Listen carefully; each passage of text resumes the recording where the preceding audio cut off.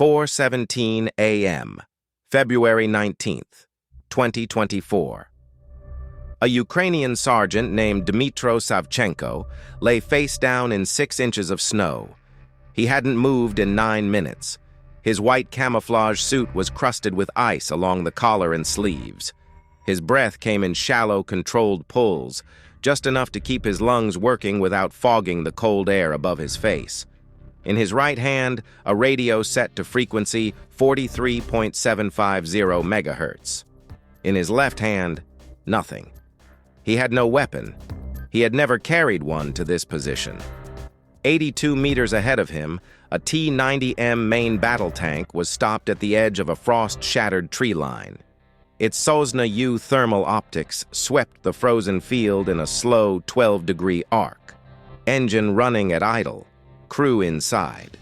The tank's commander, a major from the 72nd Motorized Rifle Brigade, had marked this particular approach route as cleared in his operational log 3 hours earlier. He had marked it cleared because his reconnaissance drone had passed over it at 1 a.m. and detected no thermal signatures. What the drone had missed was a grain silo 620 meters to the east. Inside, in the collapsed upper structure of what had once been the Pivnishna Agricultural Collective's storage facility, Savchenko had been lying in the same position for 31 hours and 14 minutes. He had a sleeping bag rated to -20 Celsius that he never opened. He had 2 liters of water in an insulated flask. He had eaten nothing since entering the position. He had made 47 radio transmissions. He had never fired a single shot. At 4:17 a.m. and 23 seconds, Savchenko's voice came through on the brigade's tactical network for the 48th time.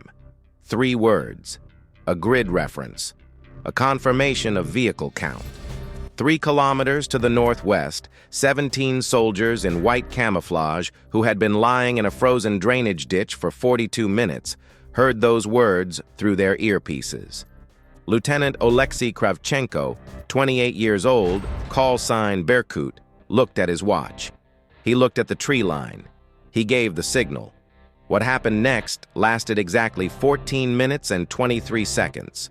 By the time the after-action report reached Ukraine's general staff in Kiev, the thermal footage from the recovered Russian drone had already been analyzed 3 times by 3 separate intelligence teams.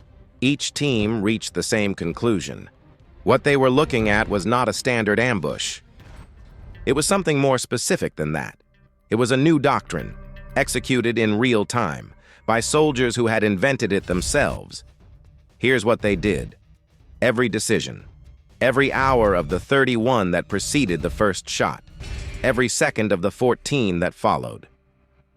The 3rd Separate Assault Brigade was established by formal military order on August 12, 2022. Its founding commander was Colonel Andriy Beletsky, who had previously led Azov Regiment during the battle for Mariupol. The brigade drew its initial personnel from veterans of the Azov Regiment, the 93rd Mechanized Brigade, and several territorial defense units from the Kharkiv and Poltava oblasts. The first 800 soldiers inducted into the brigade's rolls came from 11 different military formations. By November 2022, the brigade was combat operational. By January 2023, it was deployed to the Bakhmut sector, where Ukrainian forces were engaged in what would become the longest and bloodiest urban battle of the full-scale war. Bakhmut, a city of 70,000 people before February 2022, an industrial center in the Donetsk Oblast, known for its salt mines, its sparkling wine production, and a network of World War II-era fortifications that local historians had spent decades cataloging. None of that mattered anymore by the time the 3rd Assault Brigade arrived. What mattered was the concrete, the cellars, the interconnected basements of Soviet-era apartment blocks that had been converted, over 18 months of fighting, into the most complex defensive urban terrain on the European continent. Russian forces under the command of Wagner Group had been assaulting Bakhmut since August 2022. By the time the 3rd Assault Brigade took up positions in the city's northeastern districts in January 2023, The front line ran through individual buildings. In some places, it ran through individual floors of individual buildings. Ukrainian soldiers held the upper floors. Russian soldiers held the lower floors. The two sides lobbed grenades down stairwells at each other. The brigade lost 41 soldiers in its first 2 weeks in Bakhmut. Most people missed what actually happened in Bakhmut over the following 12 months. The battle did not end when Ukrainian forces withdrew from the city in late May 2023. It transformed. The front line moved, but the operational intensity did not drop.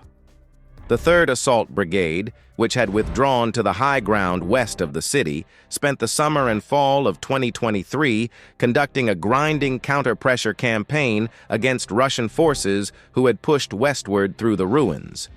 The soldiers who survived that campaign had developed something that can't be manufactured in a training school. Call it operational pattern recognition, an ability to read Russian tactical behavior the way a fisherman reads a river. To anticipate what a Russian platoon commander would do, based on what his counterpart in the same position had done 3 weeks earlier, 3 months earlier, a year earlier. Sergeant Dmytro Savchenko, call sign Tishina, meaning silence in Ukrainian, was one of those soldiers. Savchenko was 26 years old. He had been a physical education teacher in Dnipro before the invasion. He had volunteered in March 2022 and been assigned to an infantry company that was subsequently absorbed into the 3rd Assault Brigade during the August 2022 restructuring. In the 18 months between that restructuring and February 2024, he had been deployed on 47 reconnaissance missions behind or at the forward edge of Russian positions. He had spent a combined total of 312 hours lying motionless in observation positions. He had never been identified by Russian forces.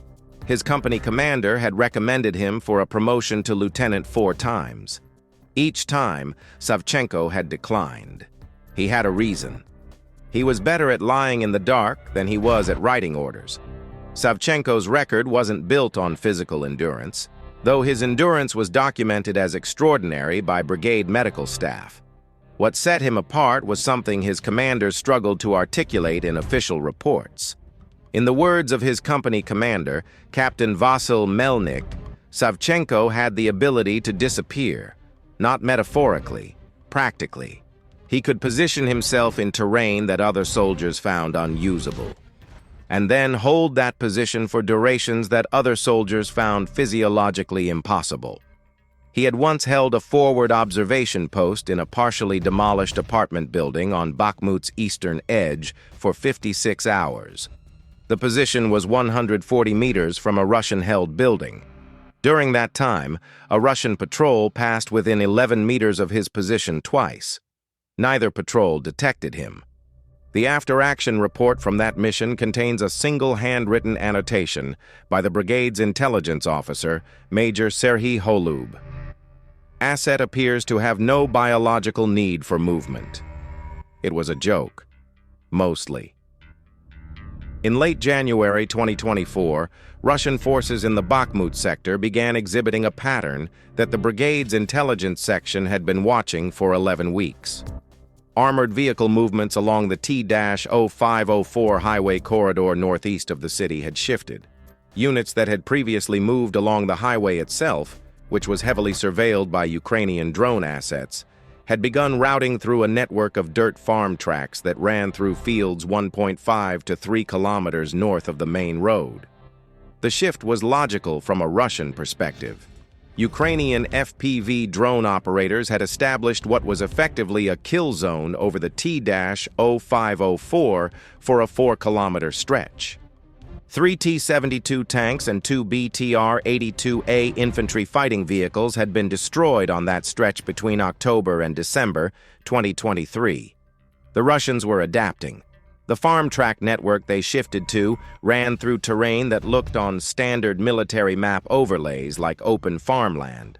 Flat, featureless, easily surveilled. The kind of terrain that armored commanders prefer for night movement, because it offers no concealment for infantry ambushes.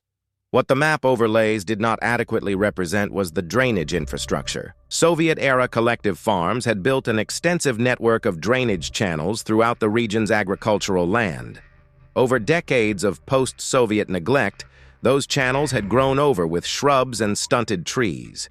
They were invisible on satellite imagery during summer. In winter, with leaves gone, they showed as thin, dark lines on aerial photographs that most analysts classified as fence lines or road edges. Major Holub had classified them correctly.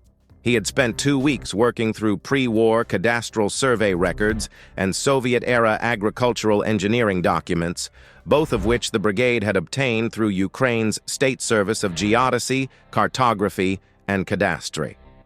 What he found was that the farm track network the Russians were now using crossed at 3 separate points, drainage channels that were between 1.2 and 1.8 meters deep and up to 4 meters wide. At those crossing points, the Russian column would have to slow to less than 5 kilometers per hour. At those crossing points, the drainage channels provided concealed approach routes perpendicular to the direction of Russian movement. Holub presented his analysis to the brigade's operations officer on January 31, 2024. The operations officer, Major Denis Kovalenko, spent 40 minutes with the maps before saying 6 words that would define the next 3 weeks of planning. "We need eyes on the silo." The Pivnishin grain silo was a structure that had appeared on every intelligence overlay of the operational area for 12 months. A 4-story concrete building, partially collapsed, standing at the intersection of 2 farm tracks, 620 meters from the primary drainage crossing that Holub had identified. It was the dominant terrain feature in the area. Every analyst who had reviewed the region had identified it as a potential observation post for both sides. The problem was reaching it. The silo stood in an area that Russian reconnaissance drones overflew at least 3 times daily. Ground approaches from the Ukrainian-held west required crossing approximately 900 meters of open agricultural land. Russian ground sensors, acoustic and seismic, had been emplaced along the northern farm track network at 200-meter intervals. 2 previous attempts by Ukrainian reconnaissance teams to approach the silo had been detected within 400 meters of the building, forcing both teams to abort and withdraw under fire. The silo had been classified as inaccessible. It was officially removed from consideration as an observation post in the brigade's intelligence planning documents on December 14, 2023. Savchenko read Holub's analysis on the evening of February 1st. He spent 4 hours on the roof of a forward position with a pair of thermal binoculars, watching the approach routes. He asked for the cadastral survey records Holub had used. He spent another 3 hours with those documents and a 1 to 25,000 topographic map. At 11:30 p.m., he went to Captain Melnik's command post and told him he could reach the silo. Melnik asked how long he would need to prepare. Savchenko said 18 days. 18 days. The planning phase of Task Winter Knife is one of the most meticulously documented small unit preparation processes of the Eastern Front campaign. What Savchenko requested and what the brigade provided over those 18 days represents a level of operational investment in a single sergeant's reconnaissance mission that would have seemed disproportionate to any conventional military planner. He requested and received 12 separate drone flights over the silo approach route, conducted at different times of day and different weather conditions. He reviewed thermal signatures from each flight to map the location and behavior of every Russian sensor asset within 1,500 meters of his planned route. He identified a 340-meter corridor running through a low-lying area of reed growth along the northern edge of a frozen pond, where Russian thermal surveillance had a consistent blind spot. The blind spot existed because of the reed growth itself. Dense frozen reeds create a diffuse thermal signature that masks smaller heat sources moving through them. Savchenko had observed this on 3 previous missions in the Kharkiv Oblast. He had written a 2-page note about it in his personal tactical log in September 2022. 16 months later, those 2 pages were the operational foundation of Task Winter Knife. He also requested a 4-day weather window. Specifically, he needed 4 consecutive nights with wind speeds between 12 and 18 kilometers per hour from the northwest. Fast enough to mask acoustic signatures from footsteps on frozen snow. Not so fast that thermal dispersal would affect his own concealment effectiveness. The meteorological forecast for February 16th through 19th met his criteria. But 3 days before his planned insertion, the situation changed. A Russian engineering team, conducting what appeared to be routine work along the northern farm track, repositioned a seismic sensor array approximately 180 meters from the southern edge of the reed corridor Savchenko had planned to use for his final approach. The repositioning was detected on February 13th by a Ukrainian drone sortie. It placed 3 new sensor nodes directly across the route Savchenko had spent 18 days planning around. The mission was 12 hours from launch. The approach route had just become compromised. Savchenko spent 6 hours redesigning the final 340-meter segment of his route. He identified an alternative corridor through the agricultural drainage infrastructure, adding 200 meters to the total distance and requiring him to cross a section of frozen pond on his stomach to avoid the new sensor line. The revised route was technically more difficult and added an estimated 90 minutes to his total approach time. It also required fabricating a piece of equipment that was not in the brigade's standard inventory. He spent 4 hours fashioning a weight distributing board from a wooden door panel found in a destroyed farmhouse 300 meters from his start point. He carried it to the start point the night of February 15th and staged it under the frozen soil of a drainage margin. Then he went back to his company position, ate a full meal, slept 6 hours, the last sleep he would have for the next 40 hours. He began his approach at 2300 on February 16, 2024. The route he had planned covered 1,340 meters from start point to the silo. In good conditions, on solid ground, in daylight, that distance could be walked in 12 minutes. Savchenko covered it in 4 hours and 51 minutes. He moved in segments of between 8 and 45 meters, depending on the exposure level of each segment. Between segments, he stopped and held position for between 2 and 20 minutes, monitoring Russian drone activity overhead and the sensor response patterns he had mapped during the preparation phase. He crossed the frozen pond on his stomach, distributing his weight across the board he had fashioned, moving at no more than half a meter every 30 seconds. The reed corridor he had identified in his revised plan provided 220 meters of covered movement. He moved through it on his hands and knees, matching his pace to the movement of the reeds in the wind, so that his passage created no distinct thermal variation. He reached the silo at 3:51 a.m. on February 17th. His first radio transmission was at 4:04 a.m. 8 words, Tishina in position, silo secure, proceeding to observation phase. Then he started waiting. I spent hours working through Savchenko's radio transmission logs, which were included in the declassified portion of the after-action report, and one sequence kept nagging at me. Between 1400 on February 17th and 0600 on February 18th, he made 11 transmissions. That is roughly 1 every 2 hours. The content of each transmission was almost identical. Vehicle type, direction of movement, estimated speed, grid reference. 11 variations on the same data set. The Russian column he was tracking had not yet appeared.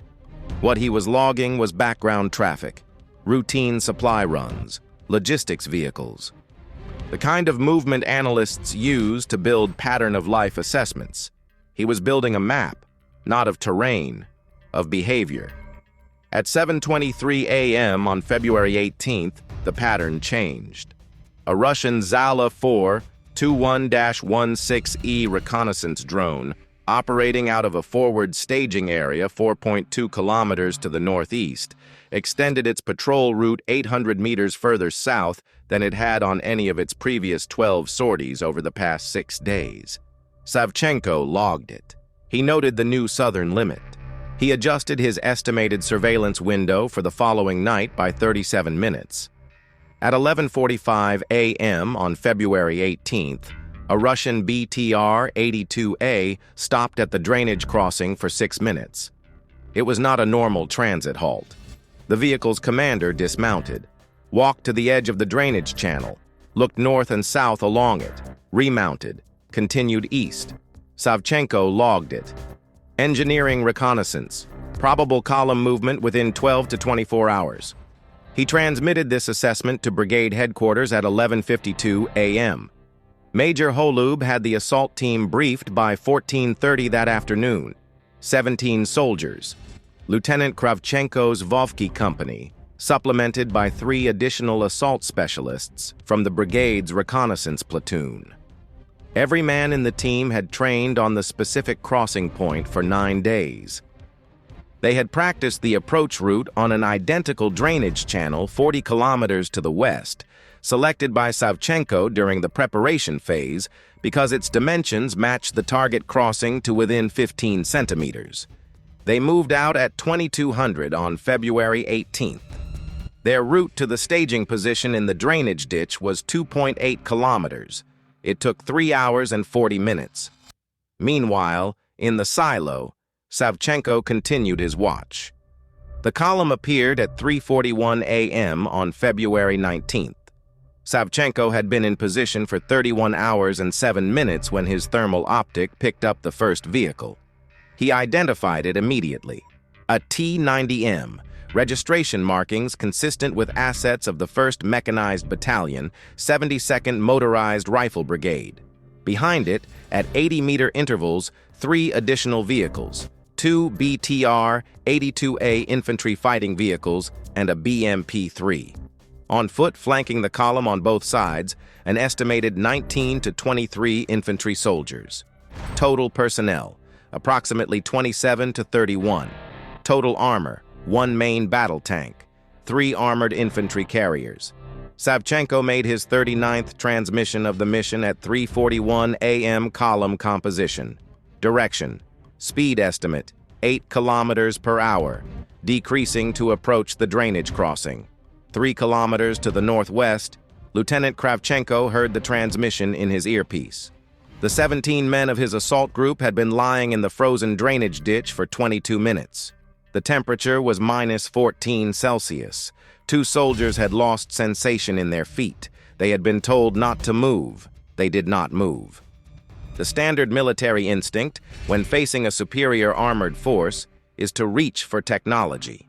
More drones, better anti-tank missiles, satellite-guided munitions. The 3rd Assault Brigade answered with patience. 31 hours of a man lying in a destroyed building, not firing, not moving, building a precise picture of when and how the enemy would move. That answer, applied correctly, was worth more than any technological system the brigade possessed. The column's T-90M reached the drainage crossing at 4:09 a.m. Savchenko's 40th transmission logged the moment. Lead element at crossing point, speed 4 kilometers per hour. Then he watched the tank slow further and begin to negotiate the far bank. The driver, unfamiliar with the terrain or cautious because of recent losses in the sector, brought the tank nearly to a complete stop. Savchenko's 41st transmission, lead vehicle halted, flanking infantry 35 meters north. In the drainage ditch, Kravchenko's team heard this. They knew from 9 days of training exactly what that meant. The tank's halt was the trigger condition for the final phase of approach. While the tank was stationary and its crew focused on the crossing, the flanking infantry would be temporarily disordered. Their spacing disrupted by the terrain change, the assault team moved. In single file, in white camouflage, through the drainage channel they had practiced for 9 days, 17 Ukrainian soldiers covered the last 220 meters of their approach to the column's position. They moved at a pace that covered 1 meter every 4 seconds. In the darkness, against a background of frozen vegetation, wearing suits designed to reduce infrared signature to near ambient levels, they were invisible. The T-90M's crew did not see them. The column's flanking infantry did not see them. The Russian ZALA drone, which had already completed its night patrol route and returned to its base, did not record them. At 4:14 a.m., Savchenko's 44th transmission, assault team in secondary position, flanking infantry 90 meters ahead. At 4:15 a.m., his 45th, lead vehicle engine at idle, no crew dismount, 3 infantry moving toward 1st BTR, crossing procedure ongoing. At 4:16 a.m., his 46th, 2nd BTR entering crossing, all enemy infantry assessed within 120-meter radius of crossing point. At 4:17 a.m. and 09 seconds, his 47th, all elements in engagement envelope, team, you are clear. At 4:17 a.m. and 23 seconds, Kravchenko gave the signal. What happened in the next 14 minutes and 23 seconds was captured from above by a Russian reconnaissance drone that was not supposed to be in the area.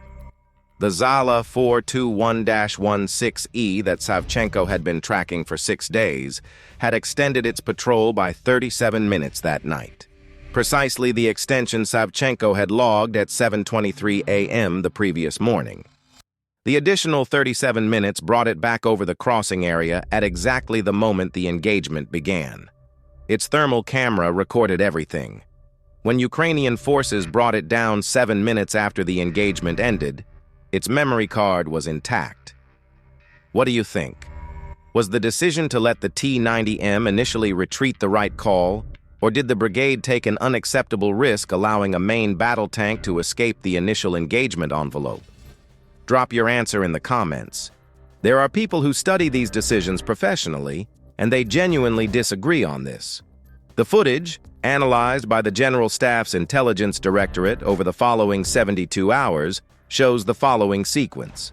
At T+0 seconds, simultaneous detonations at 3 positions along the column's eastern flank. These were RPG-22 rockets fired from assault team positions that Kravchenko had designated as priority fires in his engagement order. Both BTR-82A vehicles and the BMP-3 targeted at near simultaneous launch to prevent surviving vehicles from maneuvering or providing mutual support. The T-90M was not targeted in the first wave. The engagement plan did not include the tank in opening fires. This detail confounded every analyst who reviewed the footage. 17 soldiers with an opportunity to engage a T-90M at 82 meters, and their opening fire ignored it. The reason was in the training. Kravchenko's brief had specified, based on Savchenko's pattern-of-life intelligence and the brigade's 17 months of operational experience in the sector, that T-90M crews in the 72nd Brigade's operational area had standing orders to retreat from ambush contacts and report.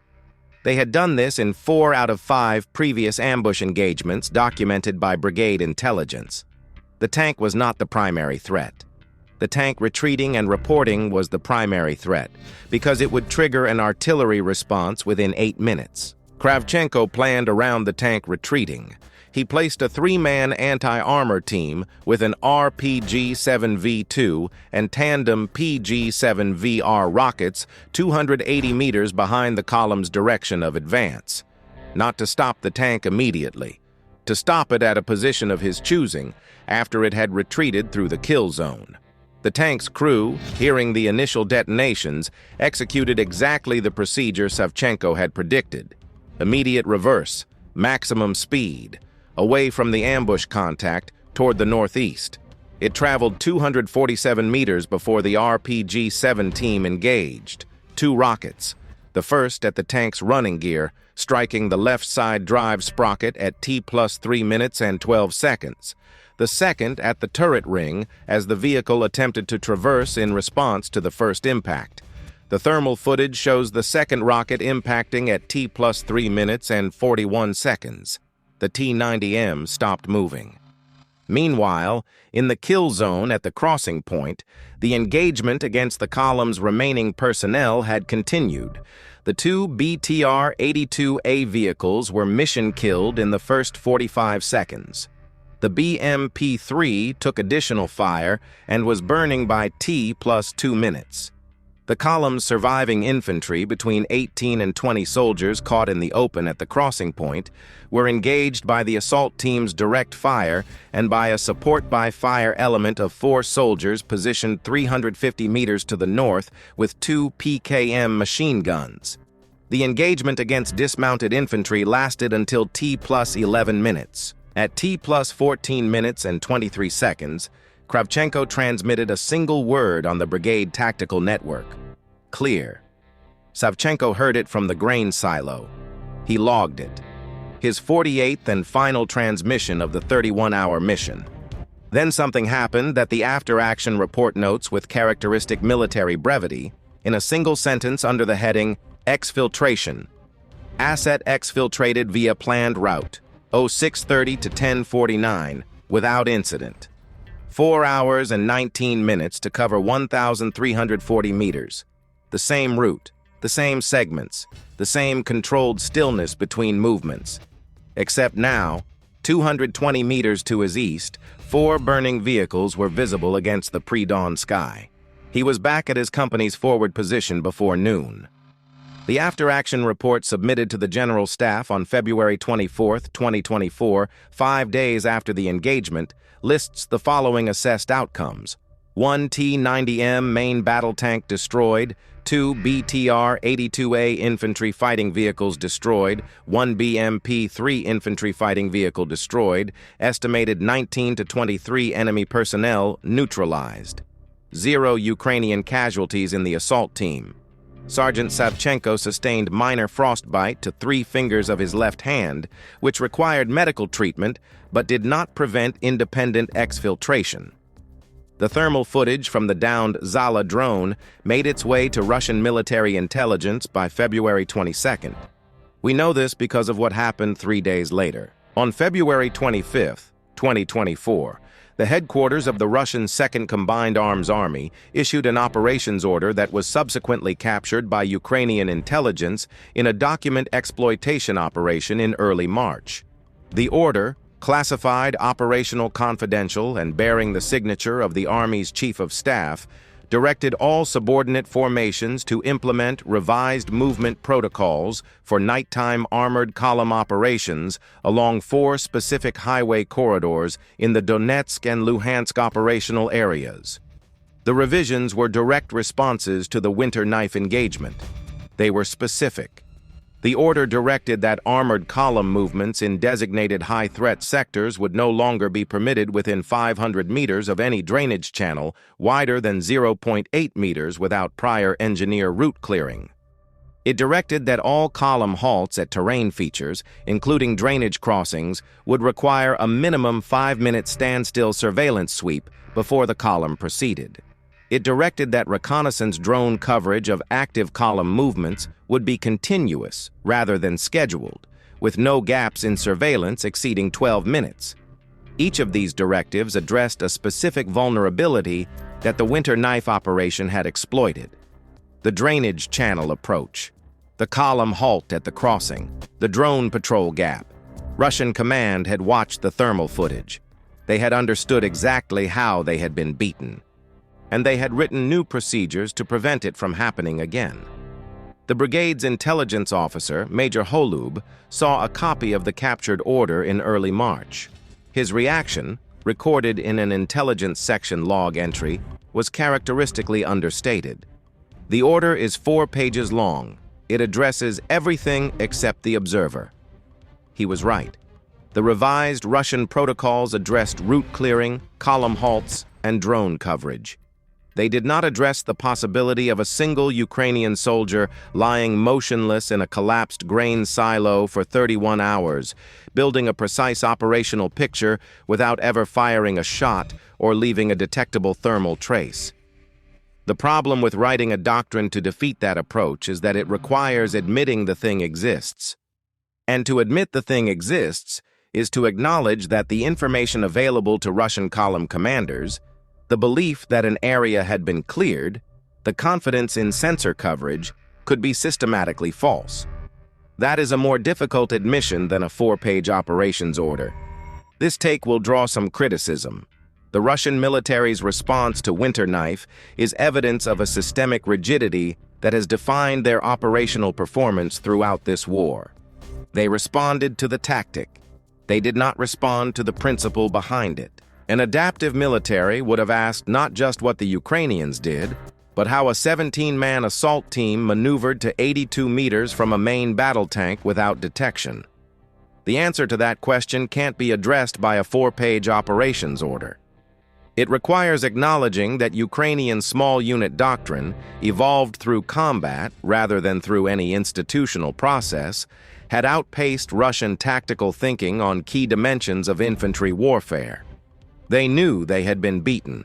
They did not know how to prevent being beaten the same way again, because the real mechanism was not a technique. It was a person.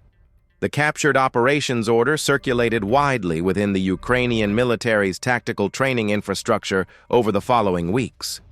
The General Staff's Combat Experience Center, established in 2022 to systematically extract and distribute lessons from frontline engagements, used the Winter Knife After-Action Report and the captured Russian response document as the basis for a training package distributed to 6 assault and airborne brigades in March and April 2024. The training package was not classified. It was distributed to unit commanders down to company level. The explicit message was not, "Do exactly this." The message was, "This is what is possible when a single soldier with patience and the right intelligence approach creates the conditions for a 17-man team to engage a mechanized platoon on terms entirely of their own choosing." The obvious assumption is that the key innovation in Winter Knife was the thermal camouflage approach, or the drainage channel tactic, or the counter-retreat ambush positioning. It wasn't. The evidence points elsewhere. The key innovation was the decision to invest 31 hours of a trained soldier's time in building an intelligence picture precise enough to reduce every variable in a 17-man assault to near zero. The tactic was only as precise as the intelligence, and the intelligence was only as precise as the person who gathered it.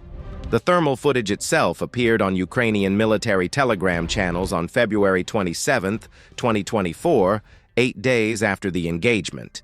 It had been verified and cleared for limited release by the General Staff's Information Directorate. Within 48 hours, it had been viewed approximately 2.3 million times across social media platforms. Russian state media did not acknowledge it. Russian military telegram channels either ignored it or posted, without supporting evidence, claims that the footage was fabricated or misrepresented an operation from a different date and location. The footage is 14 minutes and 23 seconds long. It shows, in the flat grayscale of thermal imaging, exactly what happened. The column halting, the white shapes moving through the drainage channel that Russian sensor systems failed to detect, the simultaneous detonations, the tank retreating, the RPG team engaging, the final sweep of the position. It shows a 14-minute tactical lesson that Russian command had to watch, and then spend 3 weeks pretending they had not watched. Sergeant Savchenko was not present at any of the training sessions the Combat Experience Center held that spring. He was back at his company position. He had declined, again, a promotion to lieutenant. His company commander, Captain Melnik, had stopped recommending him, not in frustration, because Melnik had accepted that Savchenko was most useful exactly where he was. One detail that stayed with me as I worked through the after-action documents: the brigade's standard post-mission psychological evaluation, conducted on Savchenko 4 days after his exfiltration, contains an unusual notation. Under the heading, Stress Indicators. During mission, the assessing officer had written a single entry. Subject reports no elevated stress during the 31-hour observation period. Subject states that the waiting was the part he understood best. A 26-year-old former physical education teacher from Dnipro, lying in a collapsed concrete structure at -14 Celsius, 620 meters from Russian-held positions. No movement, no food, no backup. The only things between him and detection were frozen reeds, a behavioral pattern he had spent 18 days studying, and an absolute certainty about his own capacity to remain still. He was not waiting to see what would happen. He knew what was going to happen. He was the mechanism by which it was going to happen. That certainty is not something you can manufacture. You can't train it in 8 weeks of basic infantry school. You can't issue it as equipment.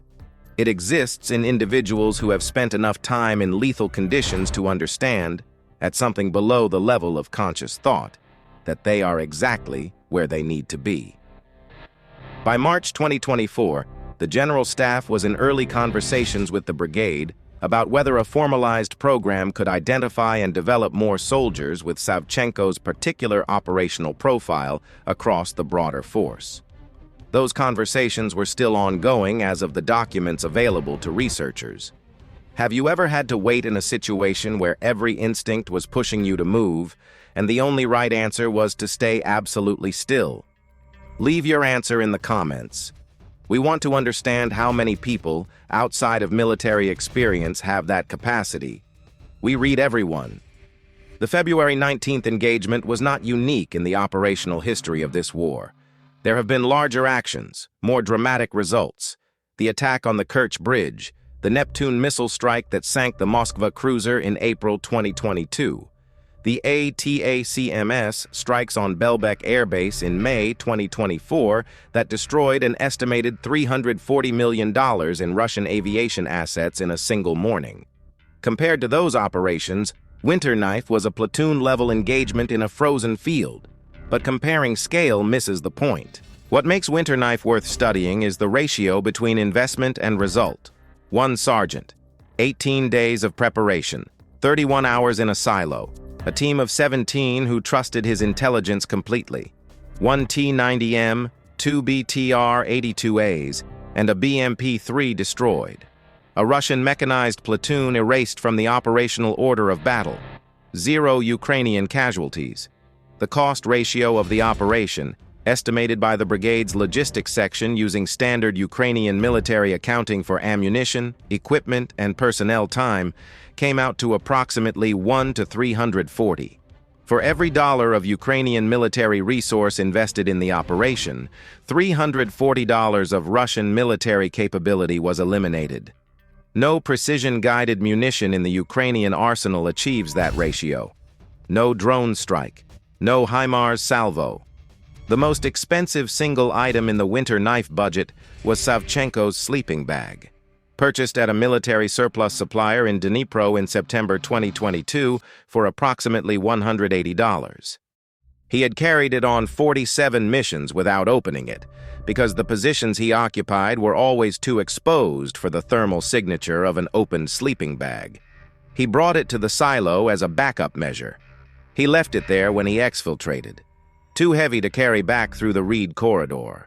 The Russian command attempted to suppress reporting on the February 19th engagement for 23 days. The standard military communications channels that typically carry acknowledgments of significant combat losses made no mention of the 72nd Brigade's losses in the Bakhmut sector corridor between February 19th and March 13th.